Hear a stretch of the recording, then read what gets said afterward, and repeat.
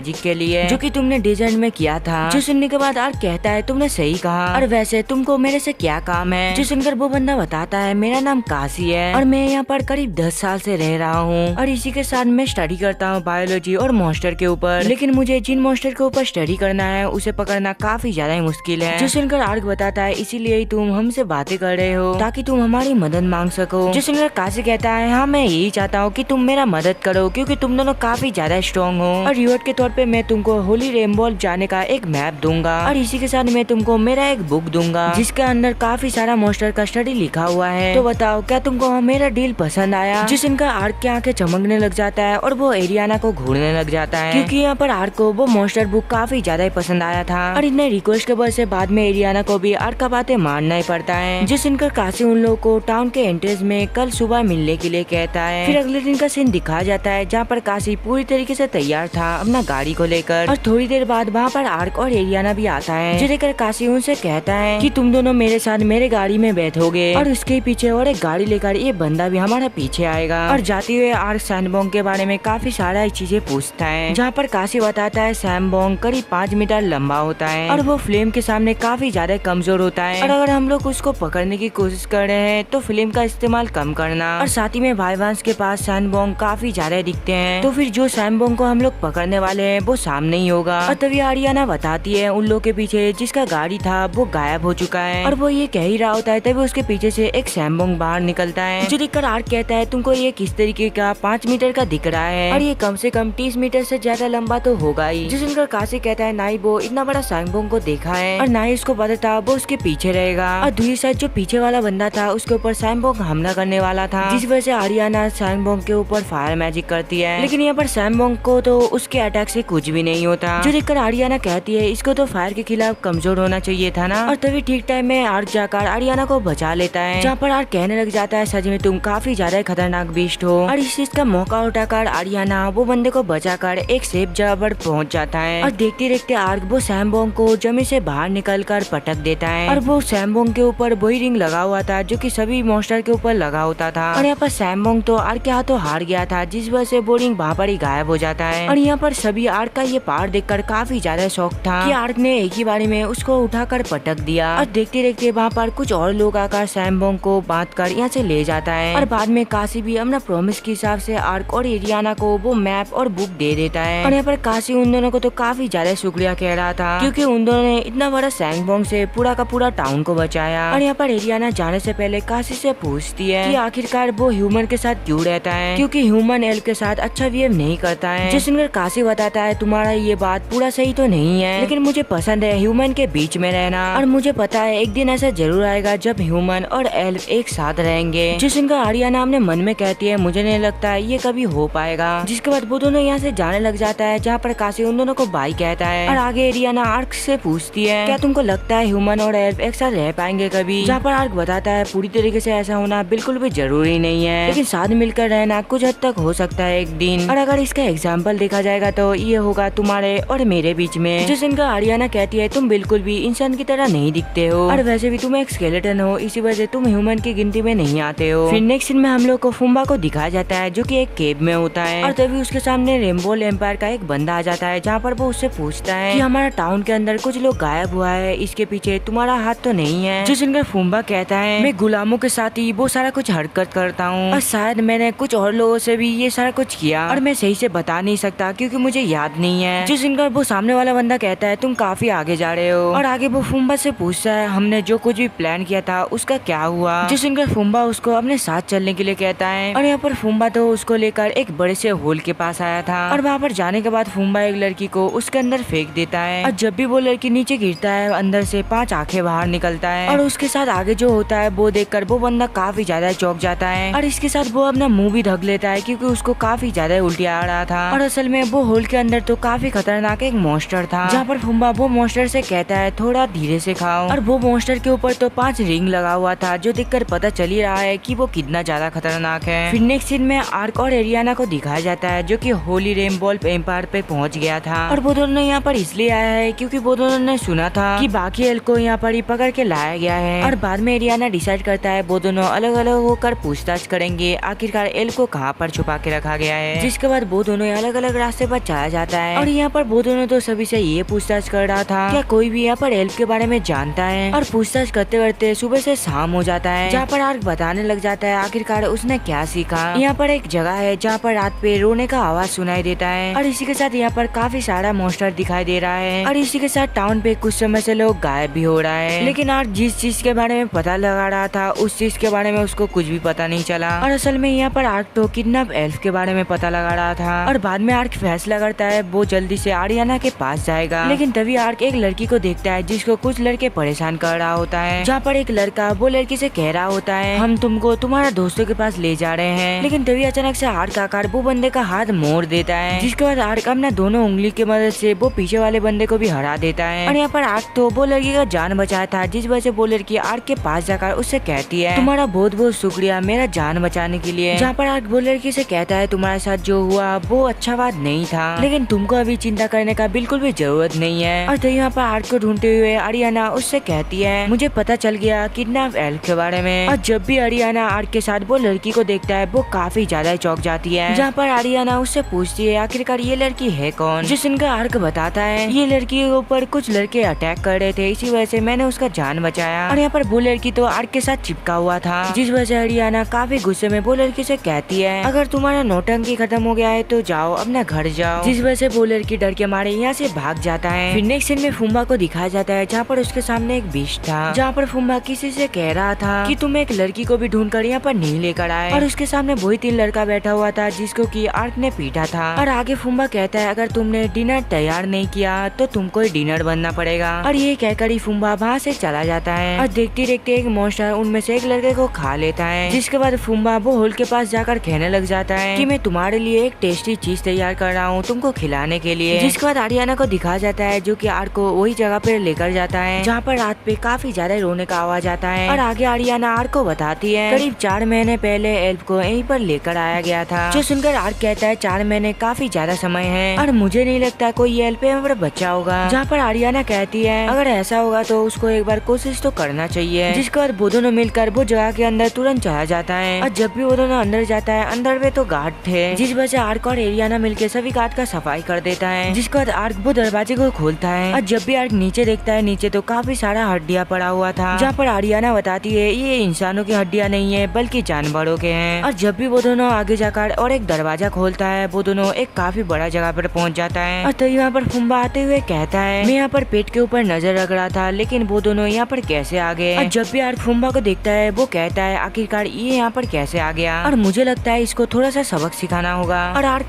कह ही रहा होता है तभी एरियाना आर्क के ऊपर हमला कर देता है, जो देखकर आर्क कहता है तुम गलत दुश्मन के ऊपर हमला कर रहे हो। लेकिन उसके बाद से आरियाना को कोई भी फर्क नहीं पड़ता है और उसको देखकर ऐसा लग रहा था कि वो हिप्नोटाइज हो गया है, जो देखकर आर्क फुम्बा से पूछता है जल्दी से बता आखिरकार तुमने एरियाना के साथ क्या किया। जो सुनकर फुम्बा आर्क से कहता है फालतू की बकवास ना करके लड़ाई पे ध्यान दो। और देखते देखते आरियाना आर्क को पटक देता है और इसी वजह से आरियाना का केप तो उतर गया था, जो देखकर फुम्बा खुश होने लग जाता है क्योंकि उसको पता चल चुका था कि ये एक डार्क एल्फ है। और बाद में आर्क एरियाना को देख के सोचने लग जाता है कहीं किसी ने एरियाना के ऊपर कर्ज तो नहीं कर दिया है। और उससे कर्ज को हटाने के लिए आर्क अपना अनकर्ज का इस्तेमाल करता है, लेकिन आरियाना के ऊपर अनकर्ज का कोई भी असर ही नहीं होता है। और देखते देखते आरियाना दोबारा से आर्क के ऊपर हमला कर देता है, जिस वजह से आर्क सोचने लग जाता है आखिरकार उसका स्पेल काम क्यों नहीं कर रहा है। और दूसरी साइड फुम्बा तो आराम से एक जगह पर खड़ा हुआ था और उसे देख के ये नहीं लग रहा था कि वो कोई भी स्पेल को एक्टिवेट किया है। और बाद में आर्क समझ जाता है अगर आरियाना के ऊपर अनकर्ज का इस्तेमाल नहीं हो रहा है तो उसको कर्ज ही नहीं लगा है। और जब आरियाना आर्क के साथ लड़ाई कर रहा था वो हवा में कूदकर उसके ऊपर अटैक कर देता है। और तभी आर्क नोटिस करता है आरियाना के केप के अंदर 2 आंखें दिख रहा है, जो देखकर आर्क कहता है मैंने देख लिया असली चीज क्या है। और लड़ाई करते करते आर्क पोंटा से मदद मांगता है, जो सुनकर पोंटा तुरंत जाकर आरियाना का केप के अंदर घुस जाता है, जहाँ पर पोंटा आरियाना का केप के अंदर से एक गॉब्लिन को पकड़ के बाहर ले आता है, जो देखकर आर्क तुरंत अपना फायर स्पेल का इस्तेमाल करता है, जिस वजह से वो गॉब्लिन वहाँ पर ही मारा जाता है। फिर वो जाकर आरियाना को पकड़ लेता है क्योंकि वो बेहोश हो गया था, जो देखकर फुम्बा कहने लग जाता है कि आर्क ने उसके प्यारे पेट को पूरी तरीके से जला दिया। और आगे फुम्बा बताता है कि ये गॉब्लिन काफी ज्यादा महंगा था। और आगे फुम्बा बताता है कि मैं एक मॉन्स्टर सॉर्सरर हूँ और जब मेरा मन चाहे मैं मॉन्स्टर से सारा कुछ करवा सकता हूँ, जो सुनकर आर्क समझ जाता है, जहाँ पर वो अपना मन में कहता है ओ अच्छा ये मॉन्स्टर टेमर का बात कर रहा है। और तभी आर्क फुम्बा के पास वही रिंग को देखता है, वो कहता है मैंने जितने भी मॉन्स्टर के साथ लड़ाई की थी पैर या फिर हाथों में कहीं ना कहीं ये रिंग जरूर था। और क्या क्या ये सब के पीछे तुम थे? जो सुनकर फुम्बा आर्क से कहता है तुम जल्दी डिनर बनने वाले हो। और देखते देखते उसके पीछे से एक मॉन्स्टर आ जाता है और आगे आर्क उससे पूछता है करीब 4 महीने पहले यहाँ पर काफी सारा एल्फ को लाया गया था, आखिरकार उन लोगों का क्या हुआ? जो सुनकर फुम्बा बताता है उनमें से ज्यादातर को एम्पायर ने मैजिक एक्सपेरिमेंट के लिए इस्तेमाल किया और जो बच गए थे उन सभी को मैं काफी अच्छे से ख्याल रखा और अभी जो बचा था वो फुम्बा से कह रहा था उसे मारने के लिए और इसी वजह से फुम्बा को उस समय काफी ज्यादा ही मजा आया था। और तभी अचानक से आर्क उसके पीछे का मॉन्स्टर के ऊपर हमला करके उसका गला काट देता है, जहाँ पर वो मॉन्स्टर का सर सीधा फुम्बा के बगल पे जाकर गिरता है। जो देखने के बाद फुम्बा कहने लग जाता है मेरे पास ऐसे ही काफी सारा मॉन्स्टर है और इसी वजह से एक को मार के तुम ये मत सोचना कि तुम जीत चुके हो। और देखते देखते वहाँ पर काफी सारा मॉन्स्टर आ जाता है और उन सभी मॉन्स्टर में से ऐसे मॉन्स्टर भी थे जिनसे आर्क अभी तक नहीं लड़ा था, लेकिन आर्क फिर भी कहता है ये मॉन्स्टर मुझे हराने के लिए काफी नहीं है। फिर आर्क अकेले सभी के सभी मॉन्स्टर के ऊपर हमला कर देता है, जहाँ पर आर्क एक एक करके सभी मॉन्स्टर को काफी बुरी तरीके से मार रहा होता है, लेकिन फुम्बा अभी भी सभी मॉन्स्टर को आर्क के ऊपर हमला करने के लिए कह जा रहा था। और यहाँ पर आर्क सभी के साथ लड़ाई कर ही रहा था, तभी आर्क अपना नया स्किल का इस्तेमाल करता है और वो नया स्किल का नाम था शील्ड बैश। और तभी फुम्बा आर्क से कहता है तुम्हारा दोस्त अभी खतरे में है। और तभी हम लोग आरियाना को देख पाते हैं जिसके सामने एक काफी खतरनाक मॉन्स्टर खड़ा होता है और वो मॉन्स्टर आरियाना के ऊपर हमला करने ही वाला था, जो देखकर आर्क काफी तेजी से अपना डायमेंशन मूव का इस्तेमाल करने वाला था, लेकिन इसके बावजूद भी वो उसके पास नहीं पहुंच पाता है। और तभी हम लोग देखते हैं कोई हैंडसैंड बना रहा था ताकि वो निंजुत्सु कर पाए और आगे वो अपना निंजुत्सु से लिक्विड प्रिज्म में वो मॉन्स्टर को बंद कर देता है। और जो बंदे ने आर्क का मदद किया था वो असल में चियोने थी। और जब भी फुम्बा ये देखता है यहाँ पर और भी लोग आ गया है, जिस वजह से वो और भी काफी सारा मॉन्स्टर को बुलाने लग जाता है, लेकिन बुलाने के बावजूद भी वहाँ पर कोई भी मॉन्स्टर नहीं आता है। और आगे चियोने बताती है यहाँ पर जितने भी मॉन्स्टर थे मैंने और हमारे साथियों ने सभी को खत्म कर दिया है। जो सुनकर फुम्बा काफी ज्यादा शॉक्ड होकर कहता है आखिरकार ये कैसे हो सकता है। और तभी हम लोग देखते हैं चियोने के क्लैन से बाकी सभी मेंबर भी आ गए थे और इसी के साथ वहाँ पर गोएमोन भी आया था आर्क का मदद करवाने के लिए और सभी मेंबर आकर ही सभी मॉन्स्टर को मारना स्टार्ट कर दिया था और ऐसे करते सभी के सभी मॉन्स्टर खत्म हो गए। जो सुनकर गोएमोन बताने लग जाता है कि उसको कितना मेहनत लगा था सभी बीच को पालने में। और यहाँ पर आर्क उसका बातों को इग्नोर मारते हुए चियोने से कहता है आखिरकार तुम यहाँ पर क्या कर रहे हो, जहाँ पर चियोने बताती है कि आरियाना ने तुमको कोई भी बातें नहीं बताई और मैंने तो उससे कही थी हम सब मिलके तुम्हारा मदद करेंगे। जो सुनने के बाद आर्क कहता है मुझे इस सब के बारे में बिल्कुल भी पता नहीं था। और तभी अचानक से वो जगह का जमीन हिलने लग जाता है और असल में वो जगह तो ढहने वाला था, जहाँ पर फुम्बा कहने लग जाता है लगता है उसे खाना देने में देरी हो चुका है, लेकिन इससे क्या ही फर्क पड़ता है, मैं तुम लोगों से बाहर पे मिलूंगा। और ये कहकर ही फुम्बा जल्दी से वहाँ से भाग जाता है और देखते देखते पत्थर गिरना स्टार्ट हो जाता है क्योंकि वो जगह टूटने वाला था। जो देखकर आर्क सभी को उठाकर अपना डायमेंशन मूव का इस्तेमाल करके बाहर चला जाता है और वहाँ पर बाहर पे भी काफी खतरनाक धमाका हुआ था। और तभी अचानक से वो जगह से एक मॉन्स्टर निकलता है और जब भी आर्क वो मॉन्स्टर को देखता है वो कहने लग जाता है मैंने ये मॉन्स्टर को पहचान लिया है, इसके पास काफी ताकतवर रीजनरेशन है और साथ ही में उसके ऊपर ऑटो एलिमेंट का असर नहीं पड़ता है और ये मॉन्स्टर के पास वाटर का काफी खतरनाक मास्टरी है। और तभी अचानक से वो मॉन्स्टर का नजर जाता है आर्क और बाकी सबके ऊपर और देखते देखते वो मॉन्स्टर एक हाइपर बीम से उन लोगों के ऊपर हमला कर देता है और इसी वजह से आर्क के पास वहाँ पर काफी खतरनाक एक विस्फोट होता है और ये देखकर फुम्बा सोने लग जाता है आर्क और बाकी सभी मर चुका है, जिस वजह से वो काफी ज्यादा खुश होने लग जाता है। फिर फुम्बा वो मॉन्स्टर को टाउन की तरफ भेजने लग जाता है ताकि वो सभी को खाकर अपना भूख को मिटा ले और फुम्बा ये भी चाहता है वो पूरे के पूरे टाउन के ऊपर तबाही मचाए। और दूसरी साइड आर्क को दिखाया जाता है जो कि कह रहा होता है मैंने सही समय पे सील को एक्टिवेट कर लिया, नहीं तो हम लोग मर ही जाते हैं। और आगे चियो ने आर्क से कहने लग जाती है तुमने बस अपना सील के मदद से वो खतरनाक मॉन्स्टर का अटैक को रोक दिया, आखिरकार तुम हो कौन। और ये सुनने के बाद आर्क चियोने का बात का जवाब नहीं देता है क्योंकि उसके पीछे आरियाना खड़ी हुई थी और वो जग चुकी थी, जहाँ पर आरियाना कहती है मैंने उसका सारी की सारी बातें सुनी थी कि फुम्बा ने कैसे सारे के सारे एल्फ को मार दिया। और आगे आरियाना कहती है चलो फुम्बा को ढूंढा जाए जिससे कि वो अपना सारा का सारा बुरा कामों के लिए बाद में रिग्रेट करे। जिस सुनकर चियोने बताती है मैं भी फुम्बा को मारने के लिए तुम लोगों का मदद करूंगा, जहाँ पर आर्क कहता है तो फिर मैं वो मॉन्स्टर को हराने का काम कर दूंगा। और यहाँ पर दूसरे साइड चियोने और आरियाना फुम्बा के ऊपर ध्यान देगा, जिसके बाद वो दोनों निकल जाता है फुम्बा को सबक सिखाकर उसको मारने के लिए। फिर नेक्स्ट सीन में टाउन का बॉर्डर का सीन दिखाया जाता है, जहाँ पर कुछ नाइट देख रहे थे उन लोगों की तरफ एक काफी खतरनाक मॉन्स्टर आ रहा है, जहाँ पर वो सभी नाइट का कमांडर कहता है जल्दी से सिटी के सभी लोगों को दूसरे साइड से बाहर निकालो। फिर नेक्स्ट सीन में आर्क को दिखाया जाता है जो कि वो मॉन्स्टर के ऊपर काफी सारा हमले किया जा रहा था और आज आर्क ने अपना सारे के सारे हमला दिखा दिया था, लेकिन इतना सारा हमले के बावजूद भी वो मॉन्स्टर अभी भी पूरी तरीके से ठीक था। और जब भी फुम्बा आर्क को देखता है वो काफी ज्यादा शॉक्ड हो जाता है क्योंकि उसे लगा था आर्क और आर्क के बाकी सभी लोग मारा जा चुका है। और तभी वो मॉन्स्टर अपना पावर से आर्क के ऊपर एक हमला करता है और यहाँ पर आर्क भी उसके अटैक से बच गया था अपना डायमेंशन मूव का इस्तेमाल करके। लेकिन तभी अचानक से वो मॉन्स्टर आर्क को पकड़ लेता है अपने मुंह से। फिर बाकी सभी मिलके आर्क के ऊपर हमला करने वाला होता है और यहाँ पर आर्क वो मॉन्स्टर को खत्म करने के लिए अपना एक सिर को सेक्रीफाइस कर रहा था। और यहाँ पर आर्क भी थोड़ी ना कम था, वो अपना सिल की मदद से उसका पूरा का पूरा अटैक को रोक देता है। फिर वो मॉन्स्टर का अटैक खत्म होने के बाद आर्क अपना जजमेंट स्किल का इस्तेमाल करता है और यहाँ पर आर्क का जजमेंट स्किल के वजह से वो मॉन्स्टर का 3 सर कट जाता है और यहाँ पर वो मॉन्स्टर का बस एक ही सर बचा हुआ था। और यहाँ पर वो मॉन्स्टर का सभी सर कटने के बावजूद भी वो मॉन्स्टर मरने वाला नहीं था, जिस वजह से आर्क कहने लग जाता है वो ये स्किल का इस्तेमाल नहीं किया है क्योंकि उसको इतना ताकतवर ओपोनेंट कभी भी मिला ही नहीं। लेकिन ये स्किल इस्तेमाल करने के बाद चाहे जो कोई भी हो वो हार जाएगा। और ये कहकर आर्क एक डीमन को समन करने लग जाता है जिसका नाम इफरीट है। और देखते देखते इफरीट वहाँ पर समन हो जाता है और यहाँ पर इफरीट तो वो मॉन्स्टर का पूरा बराबर था और इसी के साथ इफरीट वो मॉन्स्टर से थोड़ा सा बड़ा भी था। और यहाँ पर इफरीट को समन होती हुई आरियाना और चियो ने भी देख लेता है, जहाँ पर वो दोनों ये सोचने लग जाता है कि आखिरकार ये किसकी तरफ से लड़ रहा है। लेकिन उन दोनों को इसके बारे में सोचने का ज्यादा समय नहीं था क्योंकि उन दोनों को फुम्बा को पकड़ना था। और तभी हम लोग को फुम्बा को दिखाया जाता है जिसके ऊपर कोई अटैक कर देता है, जो देखकर फुम्बा भी उसका अटैक से बच जाता है और इसी वजह से फुम्बा को कुछ भी नहीं होता है। और असल में फुम्बा के ऊपर ये हमला तो आरियाना ने किया था, जिसके बाद आरियाना फुम्बा को मारने के लिए आगे बढ़ने लग जाता है। और यहाँ पर आरियाना तो सारे मॉन्स्टर को हराते हुए आगे बढ़ रहा था ताकि फुम्बा किसी भी मॉन्स्टर का कंट्रोल ना ले सके। और तभी चियो ने फुम्बा के पीछे जाकर उसके पीठ के ऊपर हमला कर देता है और वो ऐसा इसलिए किया था क्योंकि फुम्बा के पीठ के ऊपर काफी सारा पैटर्न था जिसकी वजह से वो उस बड़े से मॉन्स्टर को कंट्रोल कर रहा था। जहाँ पर फुम्बा उन दोनों से कहने लग जाता है तुम दोनों ने काफी बड़ा गलती कर दिया और तुम्हारा ये हमले के वजह से मैं मॉन्स्टर को कंट्रोल नहीं कर पाऊंगा, जिस वजह से तुम सभी मारा जाओगे। जिस इनका एरियाना कहती है आगे होते हुए ये सब तो नहीं होने वाला, जिसके बाद एरियाना अपना शॉट को पूरा फायर मैजिक से ढक लेता है, जो देखकर फुम्बा कहने लग जाता है मैंने ये सारा चीजें एम्पायर के कहने पर ही की थी और इसी वजह से मेरा कोई भी गलती नहीं है। लेकिन यहाँ पर एरियाना कहाँ सुनने वाला था, वो अपना शॉट की मदद से फुम्बा को पूरा जला देता है। और दूसरी साइड इफरीट को दिखाया जाता है जो कि वो मॉन्स्टर को काफी बुरी तरीके से मार रहा था, जहाँ पर इफरीट उसको मारते मारते उसको काफी दूर फेंक देता है, जो देखकर आर्क वो मॉन्स्टर का पूंछ पकड़ के घुमाकर काफी ऊपर फेंक देता है। और आगे आर्क इफरीट से कहता है फ्रेम हैरियन स्किल का इस्तेमाल करने के लिए, जिस अंदर इफरीट काफी बड़ा एक हेल फायर को ऊपर की साइड पे फेंकता है और वो हेल फायर तो काफी ज्यादा ही खतरनाक था, जिस वजह से वो मॉन्स्टर तुरंत ही जल के राख हो जाता है। और ये सारा कुछ देखकर चियो ने कहने लग जाती है आखिरकार आर्क इतना बड़े कामों को क्यों करता रहता है, और वो हमेशा ये कहता है कि उसको आम जिंदगी जीना है शांति से। और दूसरी साइड आर्क को दिखाया जाता है जो कि कहता है मुझे लगता है वो मॉन्स्टर का काम पूरी तरीके से खत्म हो गया है। और बाद में आर्क चियो ने और एरियाना से मिलने के लिए जाता है और इफरीट को देखने के बाद चियो ने आर्क से पूछती है आखिरकार वो बड़ी सी चीज क्या है, जहाँ पर आर्क उन दोनों को बताता है इसका नाम इफरीट है और ये एक मॉन्स्टर है और इफरीट को मैं दूसरे डायमंड से यहाँ पर समन किया हूँ। जिसका चियो ने कहती है ये इफरीट नाम के मॉन्स्टर ने जो कुछ भी किया है शायद इसकी वजह से सभी लोग इसको पूजा ना करने लग जाए। जिस सुनने के बाद आर्क उसे बताता है मुझे नहीं लगता है ऐसा कुछ होने वाला है। और तभी यहाँ पर एरियाना के पास वही बर्ड एक मैसेज लेकर आता है, जहाँ पर वो बर्ड बताता है रोडेन के सेकंड प्रिंसेस यूरियाना ग्रेट एल्डर के साथ मिल चुका है और इसी के साथ उनकी बातें पूरी हो गई है। फिर नेक्स्ट सीन में हम लोग को बताया जाता है आखिरकार यहाँ पर क्या बातें हुआ था, जहाँ पर ग्रेट एल्डर यूरियाना से कह रहा था तुमने अभी अभी कहा तुम्हारा किंगडम मदद करेगा हमारा मिसिंग एल्फ को ढूंढने में, जहाँ पर यूरियाना उससे कहती है हाँ आपने सही कहा। और आगे ग्रेट एल्डर बताता है इसके बदले में तुमको चाहिए होगा हम तुम्हारी मदद करें ताकि तुम वहाँ का थ्रोन को हासिल कर पाओ, जिससे कि तुम किंगडम का अगला क्वीन बन पाओ। जहाँ पर यूरियाना बताती है हाँ आपने सही कहा इसके बदले में हम आपके लोगों को और जमीनों को बचाएंगे। जहाँ पर ग्रेट एल्डर कहता है ये तो काफी ज्यादा ही अच्छा होगा और इसी वजह से हमारे लोग और तुम्हारा नेशन एक साथ आ पाएंगे। और आगे यूरियाना उठकर ह्यूमन और एल्फ के बीच में दोस्ती के लिए हाथ आगे बढ़ाती है और यहाँ पर ग्रेट एल्डर भी हाथ मिला लेता है। इसका मतलब ये है अब से ह्यूमन और एल्फ एक साथ रह पाएगा। और दूसरी साइड सेट को दिखाया जाता है जिसको पता चलता है अभी भी यूरियाना जिंदा है और आगे उसको पता चलता है यूरियाना का और एल्फ के बीच जो मीटिंग था वो पूरा हो गया है, जहाँ पर यूरियाना का जो मीटिंग था वो सक्सेसफुल रहा और इसी के साथ किंगडम के लोग उसको काफी ज्यादा ही पसंद कर रहा है और इसी वजह से शायद वो क्वीन भी बन सकता है। और ये सुनने के बाद सेक्ट सोचने लग जाता है आखिरकार यूरियाना का असैसिनेशन कैसे फेल हो गया और मुझे लगता है शायद कोई छुपकर यूरियाना का मदद कर रहा है, लेकिन इससे मुझे कोई भी फर्क भी नहीं पड़ेगा। फिर नेक्स्ट सीन में यूरियाना को दिखाया जाता है जो कि बिस्तर पे लेटी हुई थी, जहाँ पर वो सोने लग जाता है मुझे पूरी तरीके से पता था मैं मर चुका था और मैं अगर अभी भी जिंदा हूँ तो इसका मतलब यही है मुझे इस दुनिया पे कुछ न कुछ तो करना है जो कि मैंने अभी तक नहीं किया है। फिर वो आर्क के बारे में सोचकर कहता है मैंने सही कहा ना मेरा एंजल। फिर नेक्स्ट सीन में हम लोग को एम्पायर को दिखा दिखाया जाता है, जहाँ पर उसको पता चल गया था वो मॉन्स्टर के साथ साथ फुम्बा भी मारा गया। जिस इनका एम्पायर कहता है ये सब से हम लोग को कुछ भी फर्क नहीं पड़ेगा और मुझे बस ये जानना है ये बड़े से बीस्ट को आखिरकार कौन मारा है। फिर नेक्स्ट सीन में आर्क और बाकी सभी लोगों को दिखाया जाता है जो कि कहीं पर जा रहा होता है, जहाँ पर आर्क चियोने को अपने बारे में बताने के लिए अपना हेलमेट उतार देता है। और जब भी चियोने आर्क को देखता है वो काफी ज्यादा डर जाता है, जहाँ पर वो कहती है ये तो एक स्केलेटन है। जहाँ पर एरियाना चियोने को बताती है आर्क का ये हाल एक कर्ज की वजह से हुआ है, लेकिन इसके बावजूद भी चियोने को डर लग रहा था, जिस वजह से वो एक पेड़ के पीछे छुप जाता है। और आगे एरियाना आर्क को बताती है वो उसे लॉर्ड क्राउन तक लेकर जाएगा। और आगे आर्क कहता है मैं लॉर्ड क्राउन के बाद चियोने के घर पे भी जाना पसंद करूंगा। और यहाँ पर चियोने तो आर्क को मना नहीं कर सकता था, जिस वजह से वो रोते हुए कहती है हाँ बिल्कुल। जिसके बाद वो सभी एक बड़ा सा खुली जगह में पहुंच जाता है, जहाँ पर आर्क अपने मन में कहता है मुझे अभी भी और भी ज्यादा एडवेंचर करना है और मुझे ये सब करने में काफी ज्यादा मजा आ रहा है। और इसी के साथ ये वाला एनीमे का सीजन 1 खत्म होता है। और इसके साथ मैं आप लोगों को बता देना चाहता हूँ इसका सीजन 2 अभी तक नहीं आया है, और आ जाएगा तो मैं चैनल पे रिकैप करके जरूर डाल दूंगा। और इसी के साथ वीडियो कैसा लगा कौन में जरूर बताना, चैनल पे न्यू हो तो प्लीज यार सब्सक्राइब कर देना। सो मिलते हैं अगली वीडियो में, तब तक के लिए साउंड।